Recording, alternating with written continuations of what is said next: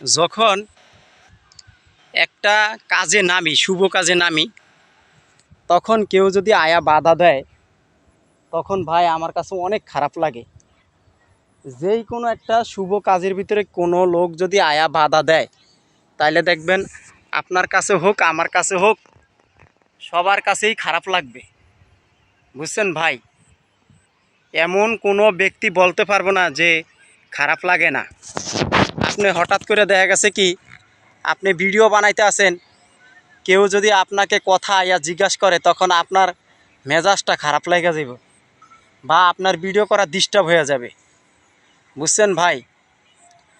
তা আমরা একা একা সবসময় চেষ্টা করব ভিডিও বানাইতে, কোনো লোকজন নিয়ে আসবো না, নীরব জায়গা আসবো ভিডিও বানাইতে। ইউটিউব হোক, ফেসবুক হোক, যে চ্যানেলে ভিডিও ছাড়েন ওই ভিডিও হোক, তা আমরা চেষ্টা করব নীরব জায়গা এসে ভিডিও বানাতে।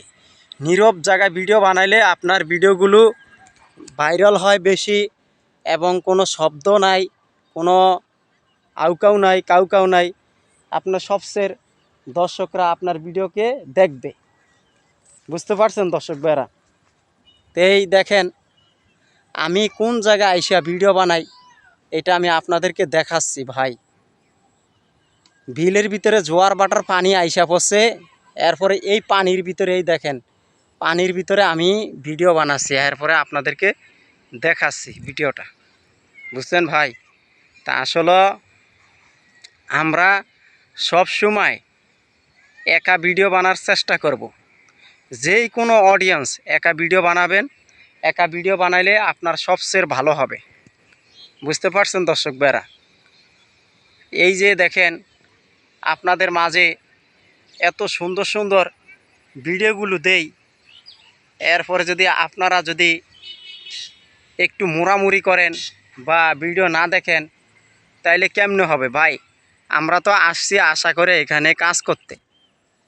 হ্যাঁ, এখন অনেকের ভিডিও তাড়াতাড়ি ভাইরাল হয়, অনেকের ভিডিও আস্তে আস্তে ভাইরাল হয়।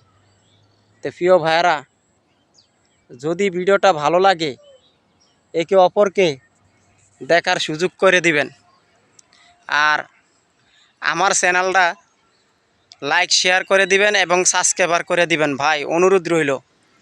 এই যে দেখেন এত সুন্দর গ্রামের ভিডিওগুলো আমি আপনাদেরকে উপহার দিচ্ছি।